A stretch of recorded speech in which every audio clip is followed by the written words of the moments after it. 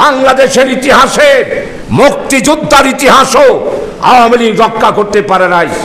একমাত্র সংগঠন বাংলাদেশ জামাত ইসলামী। আল্লাহর মেহেরবানি আমরা 717 জন শহীদের স্মারক করেছি। আরও যারা রয়েছে তাদের স্মারকেরও কাজও চলতেছে।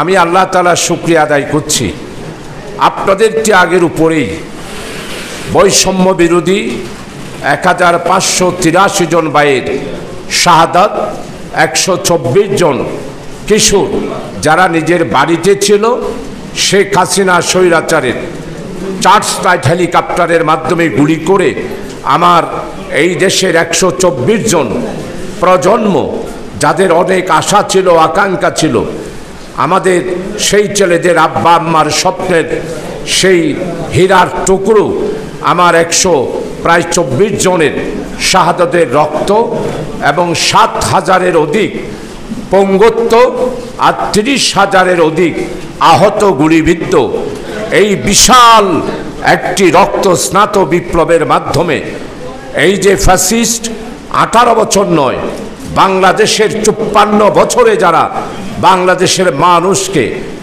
কণ্ঠ চেপে ধরেছিল, ইতিহাসকে বিকৃত করেছিল, ওই ফেরাউনের প্রেতাত্মা শেখ হাসিনার পতনের জন্য আপনারা যেই ত্যাগ স্বীকার করেছেন, আমি শহীদদেরকে স্মরণ করছি। বিদেশি প্রবাসী ভাই আপনারা যারা কারাগারে ছিলেন তাদের ত্যাগ তিতিক্ষা বাংলাদেশ জামাত ইসলামীর পক্ষ থেকে শ্রদ্ধা ভরে শুধু স্যালিউট নয়, আমরা আমাদের ইতিহাসে আপনাদেরকে আমরা স্মরণকালের অতীত আমাদের সব রেকর্ড ভঙ্গ করে আপনাদেরকে আমরা শ্রদ্ধা ভরে স্মরণ করব। জামাত ইসলামের ইতিহাসের একটি অধ্যায় আপনাদের নাম লিখিত থাকবে। সম্মানিত ভাইয়েরা, আপনাদের সাথে আমার অনেক কথা ইনশাআল্লাহ হবে। এই সমস্যাটা একটা ন্যাশনাল সমস্যা। আপনি টাকা ফেলে এসেছেন আমার দেশের মুক্তির জন্য, ফেরাউনের মুক্তির জন্য, শেখ হাসিনা ফ্যাসিস্টের মুক্তির জন্য আপনারা কারাগারে গেলেন। আপনাদের লক্ষ লক্ষ দিনার এবং টাকা আপনারা সেখানে ফেলে এসে শুধু এক কাপড়ে কারাগার থেকে আপনারা এখানে চলে এসেছেন।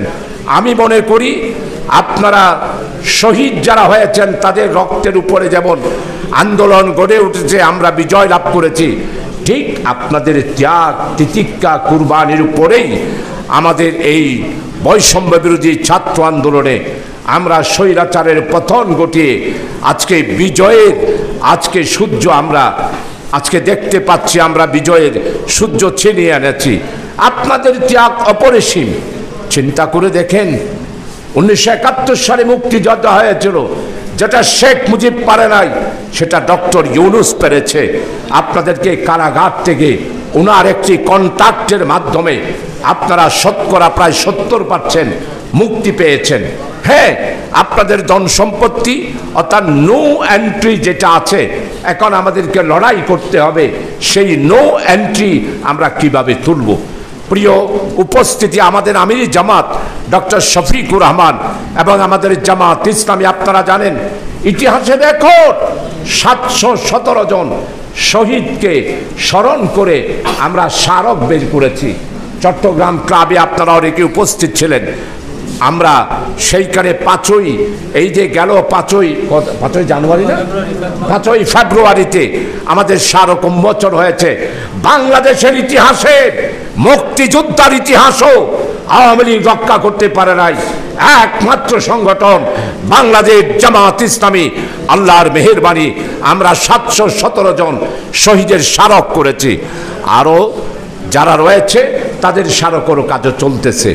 আমরা আপনাদের এই ব্যাপারটা বিশ্ব দরবারে ন্যাশনালি আমাদের ডক্টর, আমাদের প্রধান উপদেষ্টার কাছে এটা অলরেডি জানা আছে।